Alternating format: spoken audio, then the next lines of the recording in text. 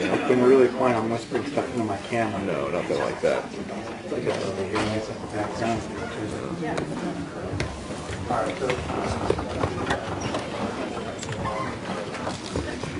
I mean, this one might pick you up because it's right next to your face. But forced down half before I walked in. It's just like, hungry, but I'm not hungry.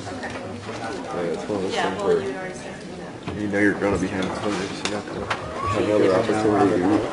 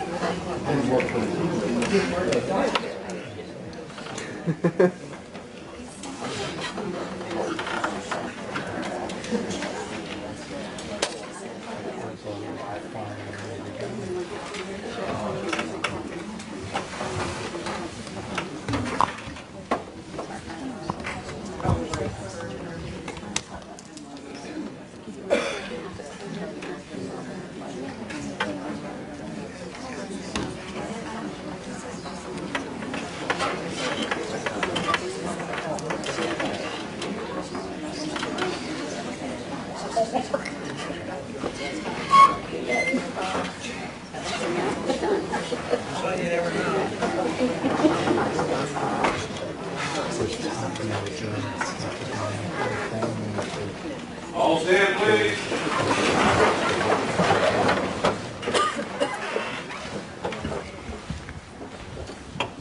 Circuit court is back in session. You may be seated.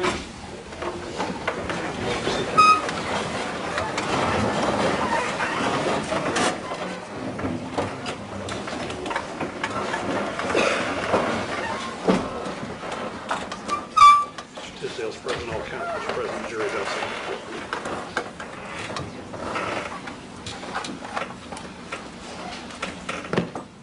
Over the lunch break, I've had the opportunity to look at the defense cases, Coolin, C-O-O-L-E-N, versus State, 696 Southern 2nd, 738, Hall versus State, 403 Southern 2nd, 1319, also out of the Supreme Court.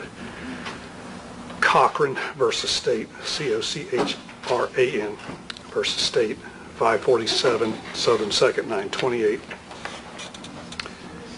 Supreme Court of Florida. Woods versus State, 733 Southern 2nd, 980, also at the Supreme Court of Florida. And Pinckney, P-I-N-K-N-E-Y, versus State, 74 Southern 3rd, 572, second district decision.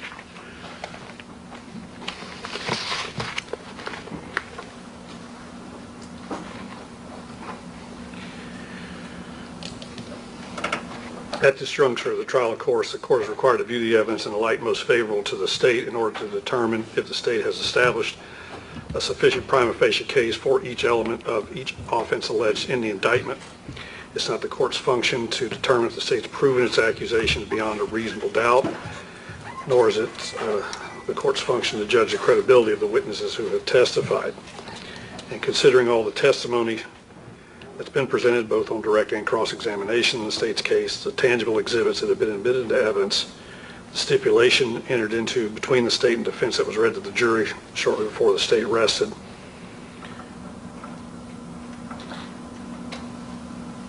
I find there is a sufficient prima facie case for each element of each offense alleged in the indictment to go to the jury.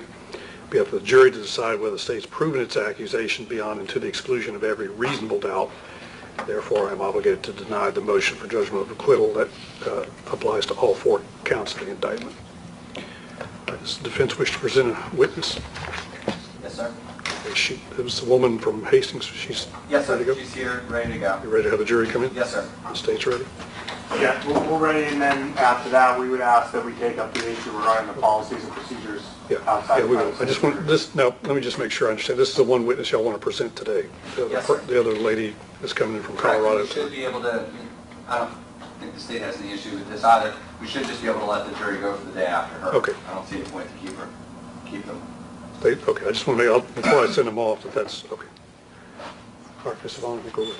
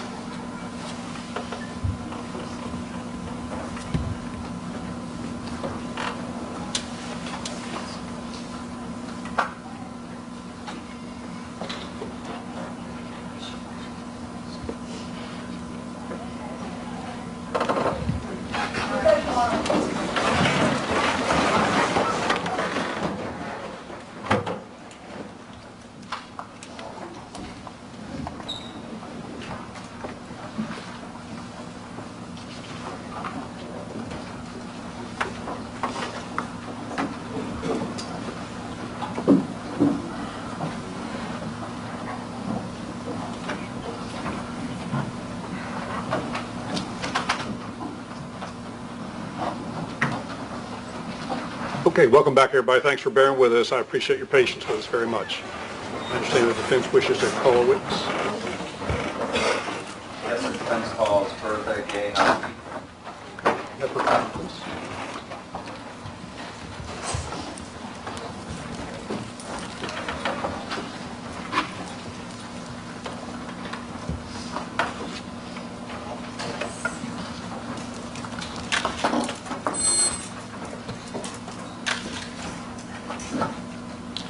Thank you very much for bearing with us. If you'll come right up here, she'll place you under oath. Do you swear or affirm that evidence you're about to give will be the truth, the whole truth, and nothing but the truth? The truth. Thank you. You step right up there to your left. Watch stepping in for me, please.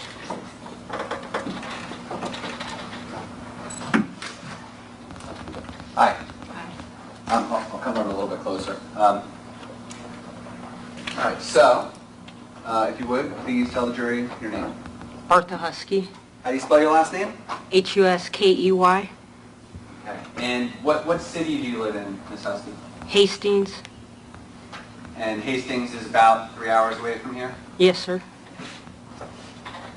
How old are you? 33. And what do you do for work? I work at Taco Bell. And how long have you worked at the Taco Bell in the area of Hastings? Like 2 or 3 weeks. Okay. And prior to that? I've been with Taco Bell for a little over a year. Did you start at one out in Okeechobee? Yes, sir.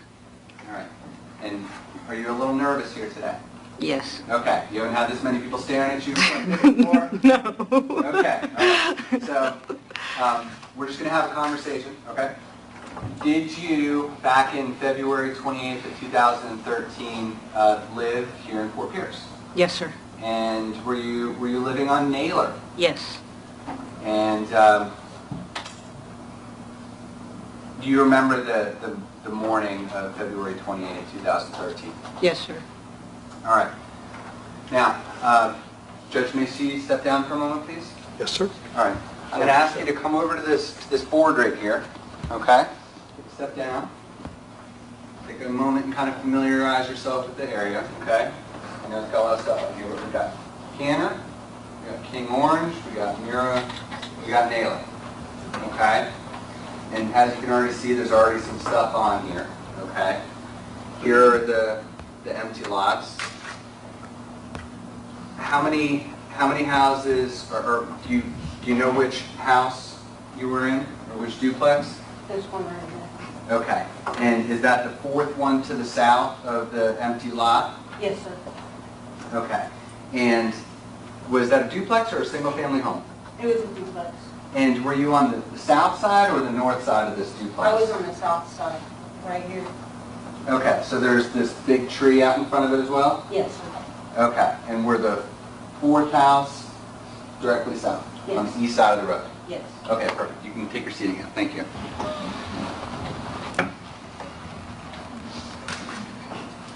Now, were you were home the morning of February 28th, you told me. Yes. What, talk about your morning. How did you first learn that anything was happening that day, or going on? Well, whenever I got up, I walked into the living room, and there's windows facing the road, and I was looking out the windows talking to everybody, and I seen the red car and the cop car chasing the red car down the road. Okay. Now, who were you living with at the time? My girlfriend and my cousin and my 3 cousins. All right. When you said that you first saw the red car and the cop car drive by, where were you standing inside of your house? In the living room. And you said that the living room has a window that faces the street? Yes, sir. So the window would be facing to the west. Is that Yes. correct? Yes. All right. So you said that you saw a red car drive by. Yes. What even made you think anything of a car driving down the street? Because he was flying. The car was flying, and the cop car was flying behind him. Like, they was going pretty fast down the road. All right. Now, after you saw that, what did you wind up doing? I ran out to the road. Now, why would you run out to the road? Being nosy, I guess. Okay. So you just wanted to see what was going on? Yes. Being nosy. Yes. All right. So you open up your door and you go outside. Did anybody else go with you? Yeah, my cousins went with me. All right. And did you stand next to your front door? No, we stood next to the road. And by the time you got to the road, tell us what you remember seeing of the cars. Okay, the cop car was facing north, and the red car was facing south, and they was kind of like driver windows to window. The cop door looked like it was open, and the red door was open, and we heard shots fired, and I took off running back up to the house. Okay. I just want to help break it down a little bit, just so, because you covered quite a bit. When you said that you saw the cop car, was it the same cop car and the same red car that you saw pass by before? Yes. And you said that they were positioned so that the cop car was facing north, Yes. so away from your house, Yes. and the red car was facing south towards your house? Yes. And where were they in relation to each other? Was the cop car further away, or the red car further away, or were they even? I don't know, they was like, it looked like the red car might have spun around, and I don't know, they was like I wouldn't say door to door, but they was pretty close. And you also said that okay, so you can't really tell which, to the best of your memory, you can't really tell which one was further away or which one was closer or whether they were relatively even. Right.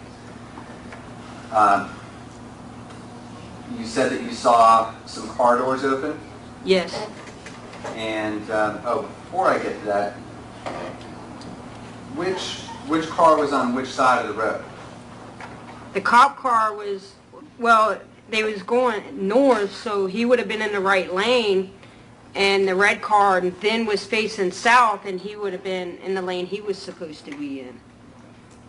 So, Okay, so from your vantage point, the cop car would have been on the right and the red car would have been on the left? yes. All right, and you're certain that the red car was actually facing towards you? Yes. All right, you know the difference in between the front and the back of the car? Yes. All right, so you were talking about some doors were open? Yeah. Which doors were open, do you recall? The red car's door was open and the cop's car door was open. I don't know if they was getting, I don't know if one of them was getting out or what was going on, because when the shots fired, I ducked and ran back up to the house. Did you ever wind up seeing anybody out of their cars? No, sir, I don't remember seeing anybody out of their cars. And you lived on the street, you obviously know that Sergeant Reynolds was shot. Did you see the actual shooting? Well, when I heard the shots, it scared me, so me and my cousins took off running back up to the house. And when we got back up to the house, the shots stopped. It was like between 4 and 6 shots. The shots stopped, so we walked back to the road. By the time we got back to the road, it sounded like a couple more shots went off, and we kind of ducked again, and then the red car took off. So about how many shots in total do you think that you actually heard? Between 8 and 12 shots. Okay. About how many, so 8 and 12 shots total, or first round and then second round? Was Total. 8 and 12? The first time, I'm going to say it was approximately 4 shots the first time. And then the second time, everything happened so fast, just more shots rang off. I don't even know how many the second time. After the second round of shots, what did you wind up doing? Well, we came back to the road and we watched the cops chase the red car around the neighborhood. All right. Was there, so did the first cop car that you saw stop there? Yeah. Did that car ever move again? No, sir. So it was still in the same position throughout the day? Yes. Did you ever see any other cop cars come up to that first car? Yeah, another cop car came in and pulled behind it, and a black cop got out. He walked up to the first cop car, then he walked back to his trunk and got a shotgun out. All right, and did he say anything to you, or did you say anything to him? No, sir.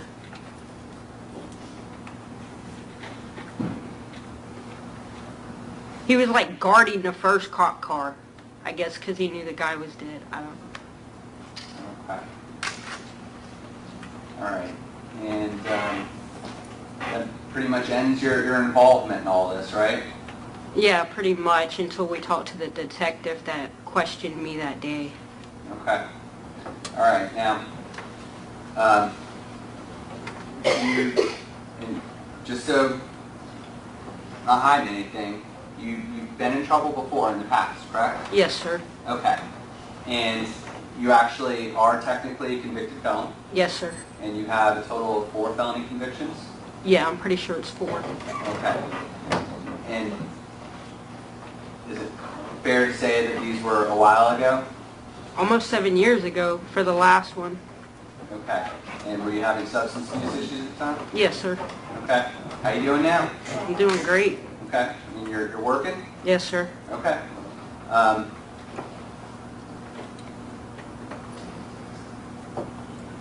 Is it also fair to say that you didn't necessarily even want to come down here for this?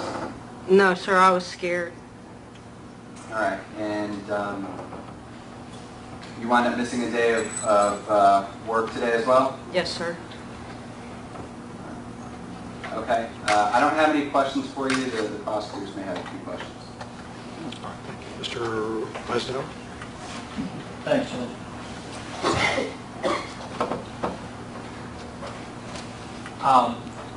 One of the last things you said is that a detective came and questioned you and everyone else up and down your street that was home that morning, right? Yes, sir. Within an hour or so of the shooting. Yeah, I'm gonna say they chased the red car for probably a good 30 minutes around the neighborhood. All right. And you say they chased the red car around the neighborhood for 30 minutes or so. Didn't you see them chase the red car almost back onto your street and then through a field where you said you saw the red car spin out? Yes, sir. Okay. So the red car spun out in that field and they chased it down the next road or out on Oleander? Yes. And how do you know they were chasing the red car all around your neighborhood? Because you could hear the sirens? Well, we could hear it, but you could see through the houses. I mean, there's big gaps. If you look through the houses, you could see them chasing the car. And no doubt that multiple sheriff's deputies were chasing that red car with, I'm gonna say 30, 40 deputies. It was a lot. seemed like a lot of deputies on scene chasing. Yes, sir. Okay. And from your perspective, did you see the crash at the end? No. Now, you stated here today that you never saw Sergeant Morales get out of his car. That's right? Yes, sir. You said that you heard a group of shots, and then you came out, and then there were some more shots, and you went back in. Yes, sir. All right. Now, looking at State's 8 here, this map, you mentioned that your house, and Judge, if you could step down here. Yes, sir. Why don't you come around this side so the folks can see? We won't block their view if we can help them here. Even better.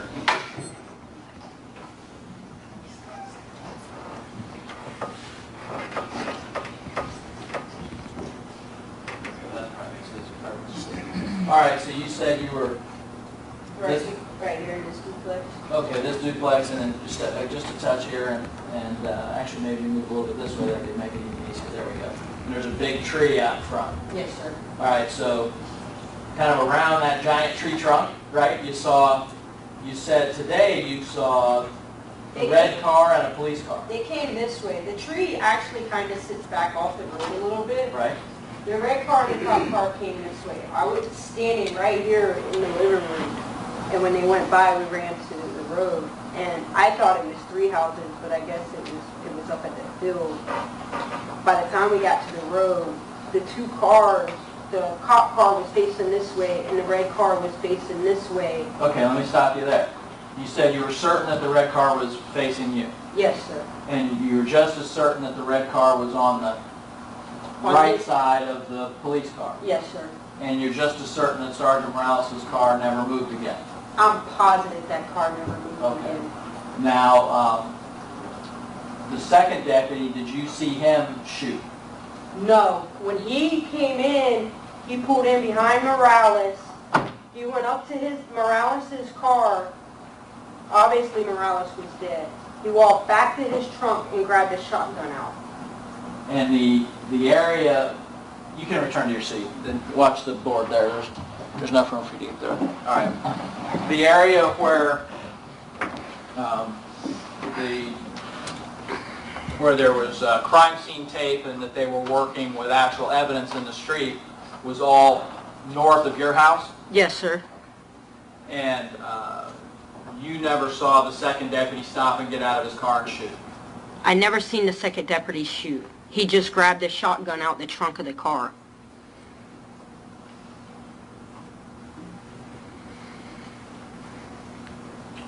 Now, again, you recall giving a statement to law enforcement that morning. Yes, sir. And do you remember telling the officer, the detective that you spoke with, that what you saw was 2 cop cars go by? Well, the first cop car, and then when the second cop car came in behind him. Right, and did you also tell that detective that you never saw the red car on your street until the chase where he spun out in the field? No, I told her they came by the house. All right. I'm gonna ask you. She was questioning 3 of us at one time that I day. understand. I'm going to ask you to take a look at your copy of the interview here. I'll put that in front of you. I'll tell you what page and line to look at.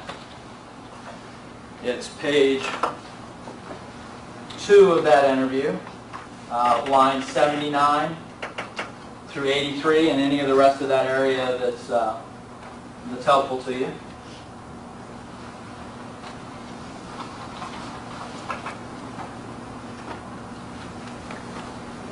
Take a second and read that over.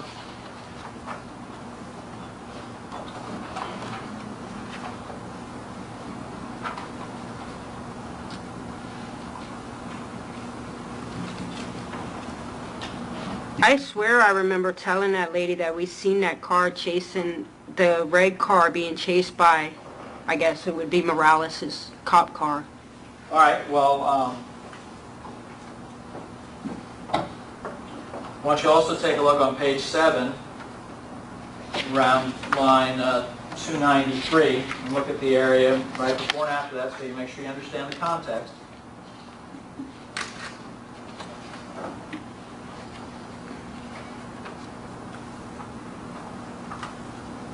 Probably around 290.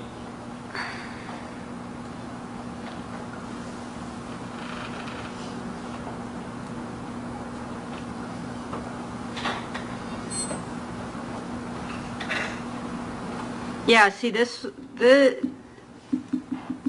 when we seen the red car being chased by the cop car, and I mean I seen it because of where I was standing. I guess my cousins couldn't have seen it because, well, where they was sitting. Right, but just to be clear, we're at page line 290.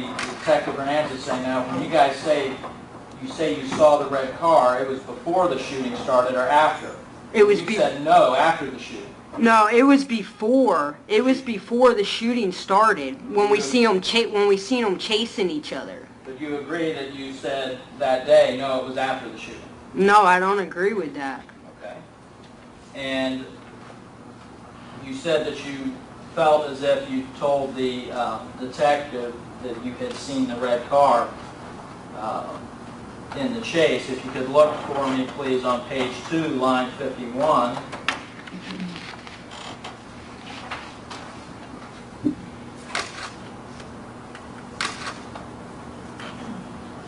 Uh-huh. All right, and actually, if you start up at line 45 and read that through there down the page, down to line 57 or so. Read that to yourself. And you agree that when you were asked, what did you hear or see or anything, you said, we seen the two cop cars drive by really fast and we came outside. It was the red car and the one cop car, and then the other cop car came. And then later on there, you asked, you said you'd seen them chase the red car. They were chasing the red car. We seen them chase the red car. Yes. And then you said they was coming up this road over here, going that way, and it was like you seen the red car. He tried to come this way down our road, and he seen the cops right there, and he spun out in the field and went back down this way right here. You agree in that section, you're talking about the chase through the field, right? Yeah, when he spun out in the field. And you said, and then the detective asked you, okay, that red car was never on this street, and you said, No, the red car was... She said that you saw, and you said that we saw. We didn't see it on this street.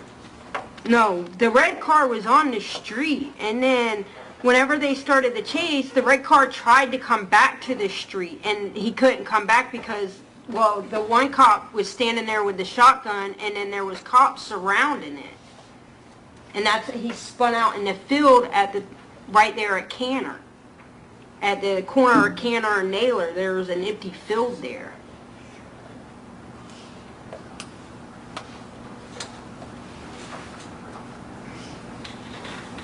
And again, I know when we were at the map we talked about this, but You're sure that Sergeant Morales' car was in its correct lane of travel heading north? I'm positive. Okay. And you're just as sure that the red car was in the southbound lane facing you? Yes. And that Sergeant Morales' car never moved again? Sergeant Morales' car never moved again. Thank you. You're welcome. Mr. Manship, any redirect? Very briefly. Ms. Husky, when the second cop car wound up pulling up, where did it pull up to? It pulled up to Morales' car. And did it pull up into the same position that the red car was in? No, he pulled out. Just to be clear, was that in the same or a different position than where you saw the red car? What was the question again? Sorry, sure, I'm being confusing. When the second cop car pulled up, Uh-huh. you got Morales' car, you said the second cop car pulled up behind it? Yes. Is that, I know you're saying it's behind it, but is that the same spot where the red car pulled up? Or where you saw the red car? No, the red car was beside Morales' car. Like, I don't know if he spun out or Morales hit him in the butt or what, but the red car spun around. So he was south and Morales was facing north, and they was like Morales would have been in his right lane, the red car would have been in his right lane. Okay, great. Thank you very much. I don't have any other questions. Mr. Eisenhower, anything else? No, sir, no. Okay to release her? Yes, sir. State's okay to release her? Okay to release her? No objection. Oh, yes, sir. Thank you. You're free to go if you wish. You're, well, of course, welcome to stay if you wish. Just watch stepping down, please.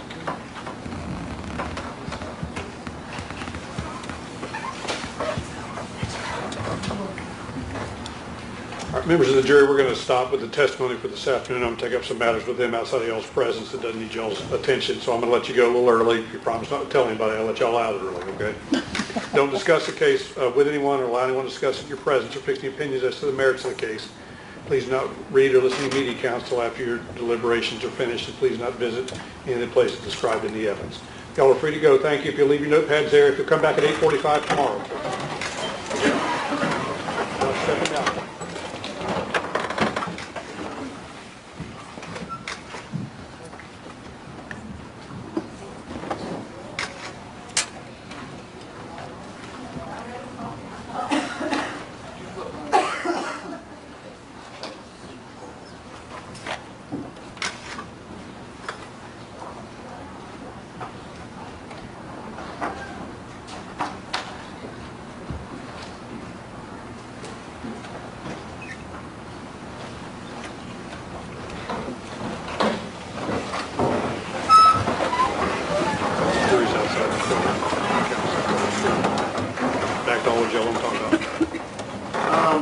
So the defense has indicated that they have two sets of policies and procedures from the St. Lucie County Sheriff's Office that they wish to enter into evidence. One being the Sheriff's Office motor vehicle pursuit policy, which consists of 10 pages, and the other is the operation of Sheriff's Office vehicle policy, General Order 20.05, the other being 20.04.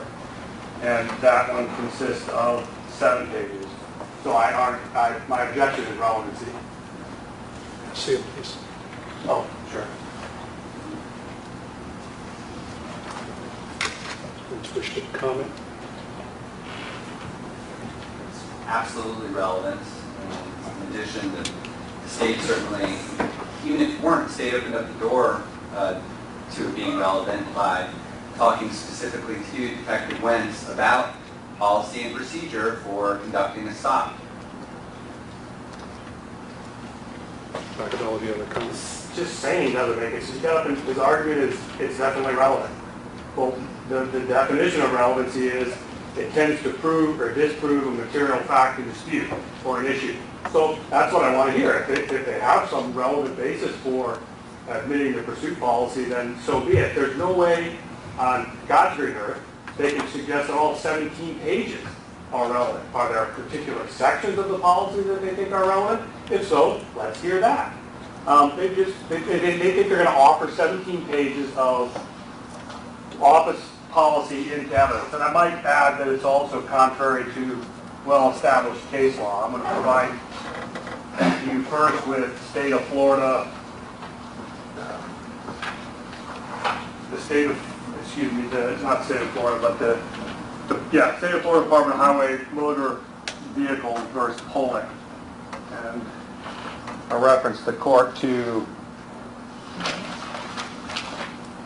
the third page of that opinion. In that case, the defense, I guess it's actually the appellees indicated that the basis of FHP's liability in the cause was its failure to comply with its own internal non-discretionary rules and policies. The court went on to hold, and I would add that the Florida Supreme Court reviewed this case and actually adopted the language or the reasoning of the first or the third district court of appeals. But they said, we believe, however, as do courts from other states and federal jurisdictions, that, quote, agency protocols and procedures like agency manuals do not have the force or effect of a statute or administrative regulation. Rather, they provide officials with guidance on how they should perform those duties which are maintained by statute and regulation. And at the conclusion, they say, thus we hold a government agency's policy or procedure manual cannot, standing alone, create an individual or an independent duty to individual citizens. Now, it's a civil case, but it stands for the proposition that policies and procedures do not create an independent legal obligation or right. And I guess in this case, the argument would be some type of a defense. Let me also provide the court with Pitts versus State, which is cited to 473 Southern 2nd 1370. This is going to be out of the first district court of appeals. Here, the fourth point at head note 6 is the fourth point concerns the admission over objection of evidence which we hold to have been prejudicial. The state called as a witness a captain with the Alachua County Sheriff's Office, and through his testimony secured introduction into evidence of excerpts from a department manual of the Alachua County Sheriff's Office. The objectionable section of the manual, which was read into evidence, provided that an officer who made a decision to proceed under Code 1 should advise communications of his decision. So essentially, the state put on evidence of a policy violation. The court said the policy that a deputy should report to communications that the deputy is proceeding in Code 1 seems to be designed to keep the communicator informed of the location of all deputies, which is incidentally the purpose for which I offered Detective Wentz's testimony. It may also be helpful in the communications coordinating dispatch and backup. However, the court said we failed to see the probative value of the manual, both because it introduced a false standard in measure of reckless driving and because the force and effect of the manual was not shown. They indicate later that as a citizen, Pitts was entitled to be judged by the state statute, not a standard promulgated by some unknown person in the sheriff's office. So again, we don't know what the relevancy is. It's just clearly relevant according to the defense. But the state's case should be judged by this jury based on the criminal laws of the state of Florida, not based upon some policies or procedures created by some faceless bureaucrat in the sheriff's office. And then finally, I provide you with State of Florida, or excuse me, Lozano versus State. And that's going to be 584 Southern 2nd 19. And Lozano, you may recall, is an incident that sparked some rioting down in Miami when a law enforcement officer, I think, shot a guy on a motorcycle. And there was an issue in that case where the prosecution again attempted to rely upon the policies and procedures of the Miami-Dade County Metro Police or Dade County Police Department, City of Miami Police Department. And I think the issue there was that the City of Miami basically put some type of a burden or standard on law enforcement that they were to retreat or not shoot at moving vehicles or something to that effect. And anyways, the defense filed a motion in limine prior to trial. The court overruled that. The regulations and policies that were imposed upon a City of Miami police officer imposed a duty to seek a place of safety and to retreat from the danger. And the policies and procedures further prescribe the use of a firearm against a motor vehicle. Here the court said, we found error in the admission of the policy manuals, although instruction of police manuals is permitted, introduction is permitted in civil negligence cases. The rule regarding the admissibility of custom in civil cases is not applicable in a criminal case. And so clearly they're drawing a distinction between, the standard of care that might arise, and again, I'm not obviously a civil lawyer, but the standard of care that might arise as a result of policies and procedures in a manual versus the burden or the standard of law in a criminal case. So it's hard to make this argument to you because they're not saying what's relevant in here and what it tends to prove or disprove. And if they have some logical relevancy, then certainly I'd be open to hear that, but I haven't. All right, let me just go off the record and look at the manuals in these cases. If you'll just bear with me. Well, I'll just step off right here. I'll come right back as soon as I want to look at the policy and procedure things and the authorities. Bear with me. I'll be right back.